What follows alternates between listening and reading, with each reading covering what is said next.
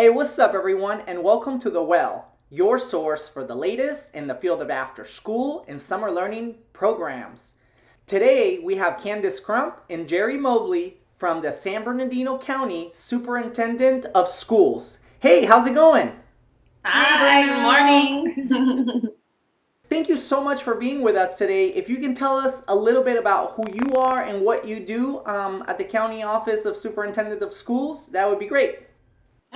Okay. My name is Candice Crump. I am a registered dietitian and a nutrition educator at San Bernardino County Superintendent of Schools. A little bit about what I do. I manage nutrition education and physical activity education programs for 10 of our 33 school districts throughout the county.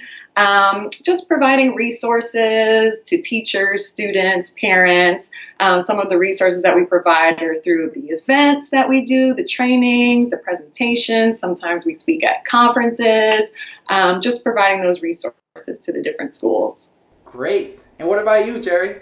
And my name's Jeri Mobley, and just like Candice, I am a nutrition educator with San Bernardino County Superintendent of Schools under our Nutrition Education and Obesity Prevention Grant. And same as her, I oversee 8 of the 33 districts throughout San Bernardino County, and I too provide technical assistance, resources, and type of help and connect with partners with regard to a lot of the resources and programs that we have to offer to our community. So, what are some of the promising practices or things that you have seen in your area around the local school wellness policy? Okay, so some of the things that I've seen around my area with the local school wellness policy, a lot of our districts utilize the resources that we provide, but I'd like to highlight one district in particular just because of the speed at which they kind of implemented everything that we offered, and that's Colton Joint Unified School District. So some of the things that they have going on, or some of the things that we've incorporated, is the Harvest of the Month in the salad bar. And then we also are doing Smarter Lunchroom Movement this year with them. We're partnering with DPH, Department of Public Health, to just go into their cafeterias, assess their fruit, vegetable, and dairy consumption, and see how we can kind of encourage the students to eat more of those healthier options during lunchtime. And then the students actually had the opportunity to do their artwork or feature their artwork for veggie superheroes.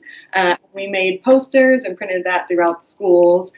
Also, we're doing parent nutrition education classes in Colton. We're teaching the healthy eating and active living toolkit to those parents. And in the future, we hope to bring Shape of Yoga. But that's a little bit about what Colton's doing as far as the Smarter Lunchroom and school wellness policy. That's great. What about you, Jeri? And so in efforts to increase nutrition education and nutrition promotion, Redlands Unified School District has implemented Harvest of the Month at a lot of their elementary schools. And to kind of take that program above and beyond, they've partnered with a local farmer by the name of Bob Knight. And what he does is he comes in, brings different fruits and vegetables, and he educates the students on these different fruits and vegetables. So basically what he does is he kind of decorates the room in a farmer's market type of style way, where he allows the children to not only look at the fruits and veggies, but also educates them on their superpowers. At the very end, they get a chance or the opportunity to kind of like shop the farmer's market and get to taste all of these different fruits and veggies, some of which they've never been exposed to before. And it's really nice because they get to go home, take this experience home with them, and their parents get to learn about what they were tasting, what they got to see, and things of that nature. And so Harvest of the Month is a really good program that really exposes kids to different fruits and veggies. It's tied to and with a lesson, as well as teaches educate students about agriculture, historical facts, and other things that are really, really important to get them inclined to eating more fruits and vegetables. Yeah, and Jeri, Harvest of the Month is a free resource and curricula that's available through the California Department of Public Health, and I'll definitely link all of that in the description below. So Candice, in terms of coming back to you, of why do you think having a strong local school wellness policy is important for the young people that we serve? What is your own personal experience or the things that you have seen in your expertise that make it such an important topic for young people? It's important. Personal story of mine. I'm actually from the South, and in the South, going to school, I didn't really have nutrition education. I didn't know too much about nutrition.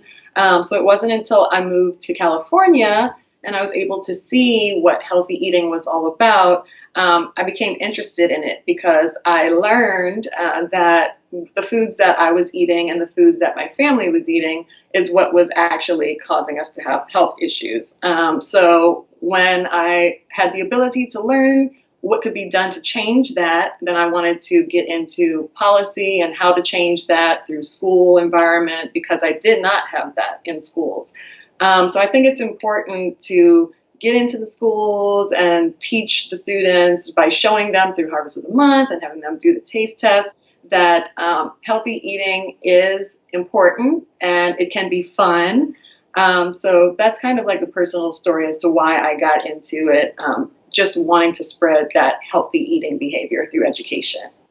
The reason why I feel like that would be very important is because a lot of times we focus on the student in the realm of academia, but we don't really understand that there's other facets that tie into that, such as incorporating nutrition education and physical activity as well. So if you have a healthy balance of all of that, I think all of those contribute to building a healthy, well-rounded student. And so if you incorporate all of those things, I think that gives them the tools that they need to succeed and do well in school. Yeah. All right. So Candice, in terms of getting started with the local school wellness policy, what would your recommendation be for a school district or a program provider that's new to this field, that's barely getting started with their local school collaborative? What would you say to them? I think it's really important to have a well-rounded committee. So you want to make sure that several different people from different parts of the school are involved. Food service directors, principals, teachers, PE teachers, parents.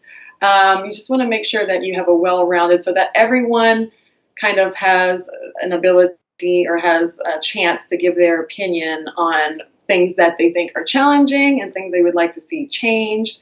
And I thought that was really important with Colton Joint Unified School District because everyone was so interested in the programs and the resources that we gave. The food service directors, the teachers, and the students all wanted more of what we had to give. So it's always helpful to kind of have that. Yeah, and Jeri, if we wanted to learn more about the work that the two of you do or the work that your team does, how do we learn more about your work and how do we connect with you? So if you'd like to learn about more of what we do here at Healthy SBCSS, I highly encourage you to visit our Twitter page at Healthy SBCSS. And there you can find Candice, myself, and other members of our team working throughout the community, growing gardens, planting things, and implementing stencils. You can see Harvest of the Month in action at a lot of our schools and districts. So there's a lot of really awesome things that we're doing. So please visit us there. Awesome. So Candice, Jeri, thank you so much for today. Really appreciate your time. Until next time. All right. Thanks, Bruno.